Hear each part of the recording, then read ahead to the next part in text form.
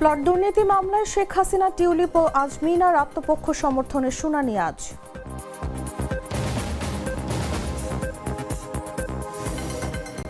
যোগসু নির্বাচনে ছাত্র শিবির সমর্থিত অদম্য জবিয়ান ঐক্য প্যানেলের নিরঙ্কুশ বিজয়।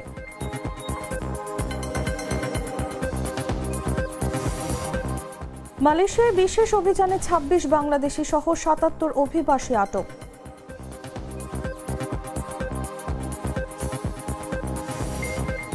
অনির্দিষ্টকালের জন্য ভেনেজুয়েলার তেল বিক্রি নিয়ন্ত্রণ করবে যুক্তরাষ্ট্র।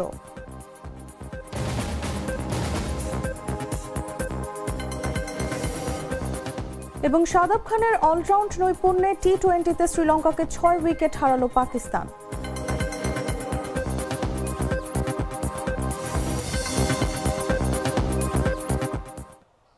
এতক্ষণ শুনছিলেন সংবাদ শিরোনাম। দর্শক, আমন্ত্রণ বেলা ১১টার সংবাদে, সাথে আছি আমি তসলিমা তিথি।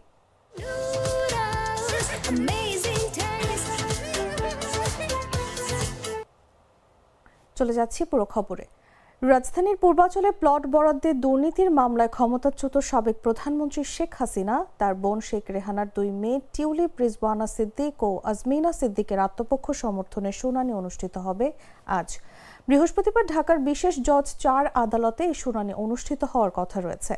গেল সোমবার ঢাকার বিশেষ জজ ৪ আদালতের বিচারক রবিউল আলম মামলাটির সাক্ষ্য গ্রহণ সমাপ্ত ঘোষণা করেন। এই মামলায় তদন্তকারী কর্মকর্তা সহ মোট ৩১ জন সাক্ষ্য দিয়েছেন আদালতে। এদিন আদালতে মামলার তদন্তকারী কর্মকর্তা ও দুর্নীতি দমন কমিশনের সহকারী পরিচালক আফনান জান্নাত কেয়া সাক্ষ্য দেন। পরে আসামি খুরশিদ আলমের পক্ষে তার আইনজীবী শাহিনুর রহমান তদন্তকারী কর্মকর্তাকে জেরা করেন। জেরা শেষে আদালত সাক্ষ্য গ্রহণ সমাপ্ত ঘোষণা করেন।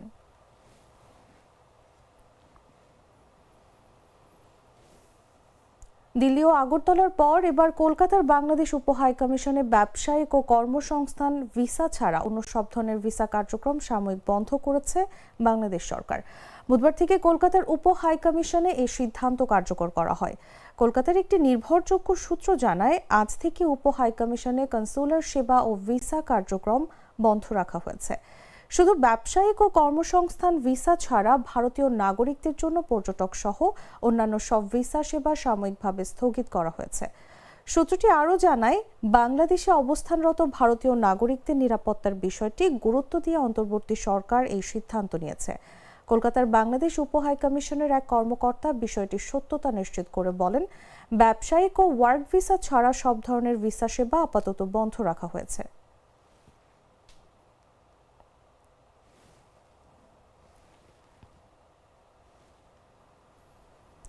ঢাকা বিশ্ববিদ্যালয় সহ ৪টি সরকারি বিশ্ববিদ্যালয়ে ছাত্র সংসদ নির্বাচনের পর এবার জগন্নাথ বিশ্ববিদ্যালয় ছাত্র সংসদ নির্বাচনেও ছাত্র শিবির সমর্থিত অদম্য জবিয়ান ঐক্য প্যানেল নিরঙ্কুশ বিজয় অর্জন করেছে।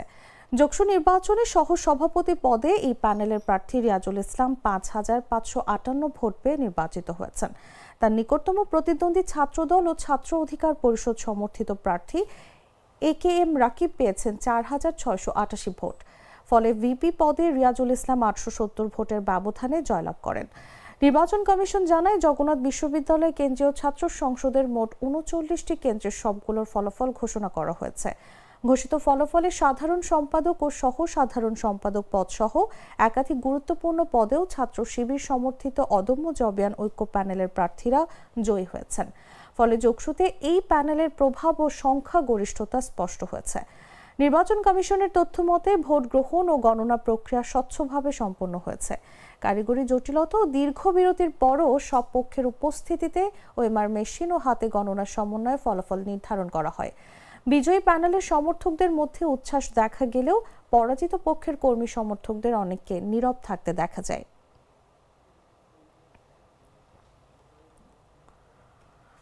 রাজধানী তেজগাঁও থানার তেজতুরি বাজার এলাকায় স্বেচ্ছাসেবক দলের এক নেতাকে গুলি করে হত্যা করেছে দুর্বৃত্তরা। তার নাম আজিজুর রহমান মোসাব্বির। তিনি ঢাকা মহানগর উত্তর স্বেচ্ছাসেবক দলের যুগ্ম আহ্বায়ক।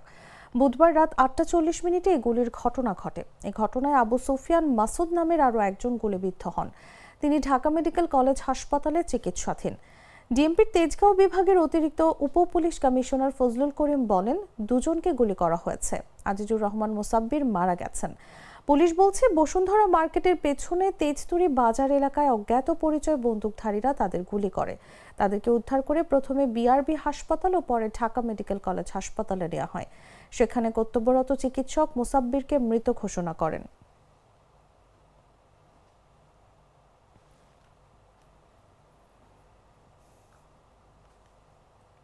ফরিদপুর শহরের সৌন্দর্য বর্ধনের লক্ষ্যে ব্যতিক্রমী উদ্যোগ নিয়েছে স্বেচ্ছাসেবীরা। শহরের ময়লা স্তূপ রূপান্তরিত হচ্ছে রঙিন সজ্জায়, পাশাপাশি নিখুঁত ক্যালিগ্রাফিতে আকর্ষণীয় করে তোলা হচ্ছে। পাশাপাশি সৌন্দর্য বর্ধিত গাছও রোপণ করা হচ্ছে। বেসরকারি স্বেচ্ছাসেবী সংগঠন বাংলাদেশ ইয়াংস্টার সোশ্যাল অর্গানাইজেশনের এক ঝাঁক তরুণ স্বেচ্ছাসেবীদের অক্লান্ত পরিশ্রমে নতুন রূপে সেজে উঠছে ফরিদপুর শহর। তাদের সার্বিকভাবে সহযোগিতা করছে ফরিদপুর পৌরসভা কর্তৃপক্ষ। বুধবার দুপুরে ফরিদপুর মেডিকেল কলেজ ও হাসপাতাল সংলগ্ন এলাকায় তাদের এমন কর্মকাণ্ড দেখা যায়। হাসপাতালের পাশে সড়ক বিভাগের জায়গায় গড়ে ওঠা অসংখ্য দোকানের বর্জ্য এবং মেডিকেল হাসপাতাল ও বেসরকারি ক্লিনিকের মেডিকেল বর্জ্যে অস্বাস্থ্যকর পরিবেশ এবং ময়লা স্তূপে পরিণত হয়েছিল সেখানে। 2 সপ্তাহ ধরে পরিচ্ছন্নতা অভিযান চালিয়ে ময়লা স্তূপ থেকে রূপান্তরিত হয়ে উঠেছে রঙিন সজ্জায়।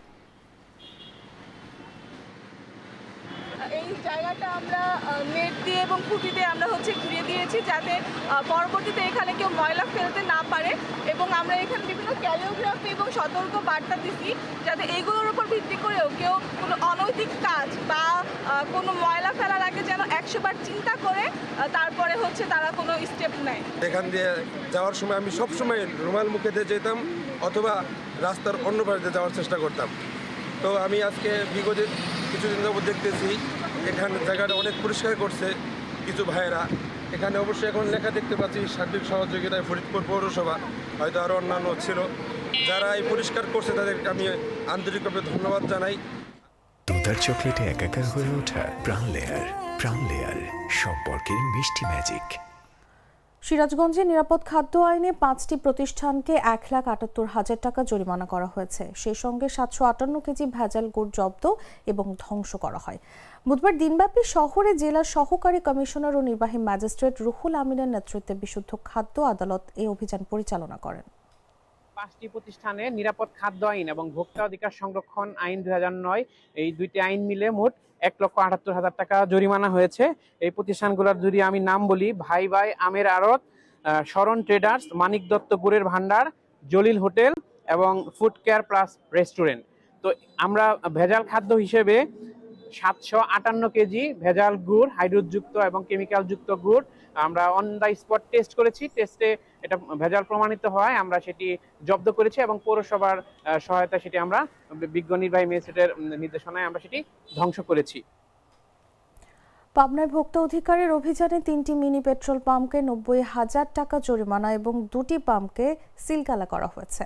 বুধবার দুপুরে জেলা ভোক্তা অধিকারের সহকারী পরিচালক মাহমুদ হাসান রনির নেতৃত্বে সদর উপজেলা ও আটঘরিয়া উপজেলার বিভিন্ন পাম্পে অভিযান পরিচালনা করা হয়।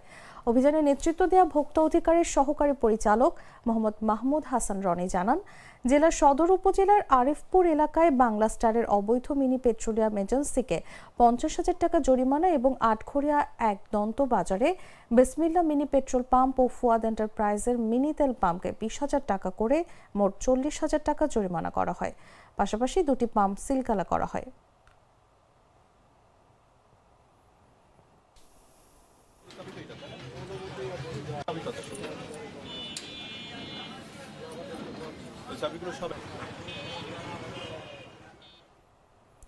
মালয়েশিয়ায় 26 বাংলাদেশি সহ 77 অভিবাসীকে আটক করেছে দেশের ইমিগ্রেশন বিভাগ। ইমিগ্রেশন বিভাগ জানায়, মঙ্গলবার নেগিরি সেম্বিলানে পরিচালিত এক বিশেষ অভিযানে রাজ্যের সেরেমবান ও নিলাই এলাকায় 13টি স্থানে অভিযান চালিয়ে 77 জন অবৈধ অভিবাসীকে আটক করা হয়। ইমিগ্রেশন নেগিরি সেম্বিলানের পরিচালক কেনিথ তান আই কিয়াং জানান, সকাল 9টা থেকে রাত 1টা পর্যন্ত পরিচালিত এই অভিযানে মোট 395 জন বিদেশিকে যাচাই বাছাই করা হয়।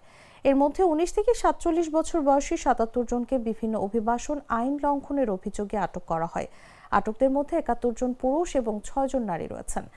তিনি জানান, আটকদের মধ্যে ইন্দোনেশিয়ার 3 জন নারী ও 1 জন পুরুষ, পাকিস্তানের 10 জন পুরুষ, বাংলাদেশের 26 জন পুরুষ, থাইল্যান্ডের 5 জন পুরুষ এবং 1 জন নারী, মিয়ানমারের 3 জন পুরুষ ও 2 জন নারী এবং ভারতের 26 জন পুরুষ রয়েছেন।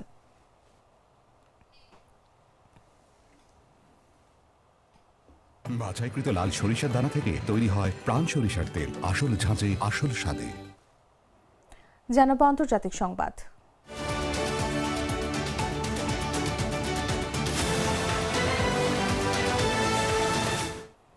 ভেনেজুয়েলার প্রেসিডেন্ট নিকোলাস মাদুরোকে বন্দী করার পর দেশটির উপর নিয়ন্ত্রণ আরও শক্ত করছে যুক্তরাষ্ট্র। ভেনেজুয়েলার তেল বিক্রি অনির্দিষ্টকালের জন্য যুক্তরাষ্ট্রের নিয়ন্ত্রণ থাকবে এবং তেল বিক্রির অর্থ কিভাবে ব্যয় হবে সে সিদ্ধান্ত নেবেন মার্কিন প্রশাসন। এক্ষেত্রে এসব তেল বিক্রির অর্থ দিয়ে কিনতে হবে মার্কিন পণ্য। মার্কিন জ্বালানি বিভাগ জানায়, ভেনেজুয়েলার তেল এরই মধ্যে বৈশ্বিক বাজারে বিপণন শুরু হয়েছে এবং এসব বিক্রি থেকে অর্জিত অর্থ প্রথমে যুক্তরাষ্ট্র নিয়ন্ত্রিত আন্তর্জাতিক ব্যাংক অ্যাকাউন্টে জমা হবে। পরে এই অর্থ যুক্তরাষ্ট্র ও ভেনেজুয়েলার জনগণের কল্যাণে ব্যয় করা হবে বলে জানানো হয়েছে। যদিও কিভাবে তা করা হবে সে বিষয়ে বিস্তারিত জানানো হয়নি। বিভাগটি জানায়, 200 কোটি মার্কিন ডলার মূল্যের 30 থেকে 50 মিলিয়ন ব্যারেল তেল বিক্রির মধ্য দিয়ে এই প্রক্রিয়া শুরু হচ্ছে এবং এটি অনির্দিষ্টকালের জন্য চলবে।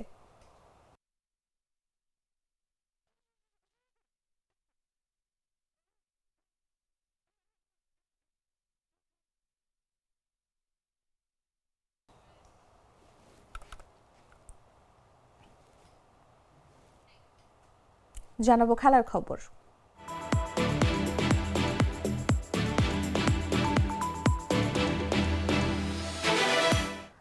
টি-20 সিরিজের প্রস্তুতি হিসেবে শ্রীলঙ্কা সফর করছে পাকিস্তান। সেই সফরের প্রথম টি-20তে শাদাব খানের নৈপুণ্যে স্বাগতিকদের অনায়াসে হারিয়েছে পাকিস্তান। শ্রীলঙ্কাকে মাত্র 128 রানে অল আউট করে দিয়ে 20 বল হাতে রেখে 6 উইকেটের জয় পেয়েছে পাকিস্তান। বুধবার ডাম্বুলায় টস জিতে ফিল্ডিং করার সিদ্ধান্ত নেন পাকিস্তানের অধিনায়ক সালমান আলী আগা।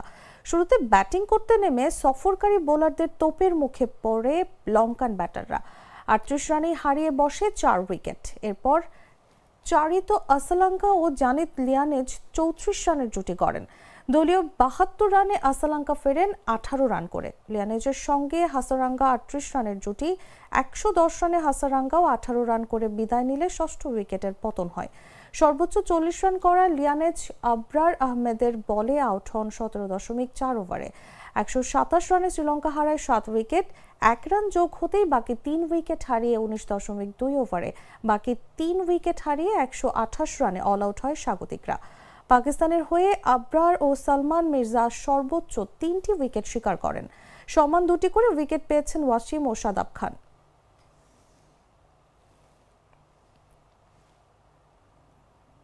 সংবাদ শেষ করার আগে শিরোনামগুলো জানিয়ে দিচ্ছি আরও একবার।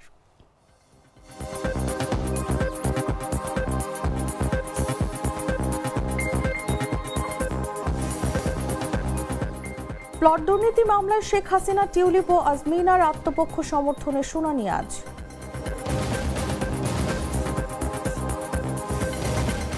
যৌথ নির্বাচনে ছাত্র শিবির সমর্থিত অদম্য জবিয়ান ঐক্য প্যানেলের নিরঙ্কুশ বিজয়।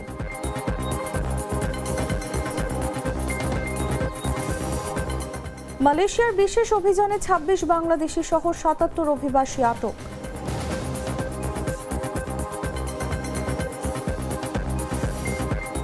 অনির্দিষ্টকালের জন্য ভেনেজুয়েলার তেল বিক্রি নিয়ন্ত্রণ করবে যুক্তরাষ্ট্র।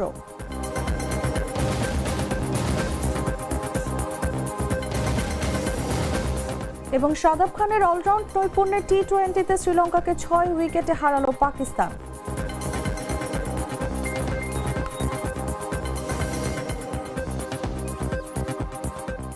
দর্শক, এই ছিল এখনকার মতো। এরপর দেখবেন দুপুর 1টা নিউজ। প্রতি মুহূর্তে সর্বশেষ খবর জানতে ভিজিট করুন jagonews24.com। ফলো করুন আমাদের ভেরিফাইড ফেসবুক পেজ এবং সাবস্ক্রাইব করুন জাগো নিউজের ইউটিউব চ্যানেল।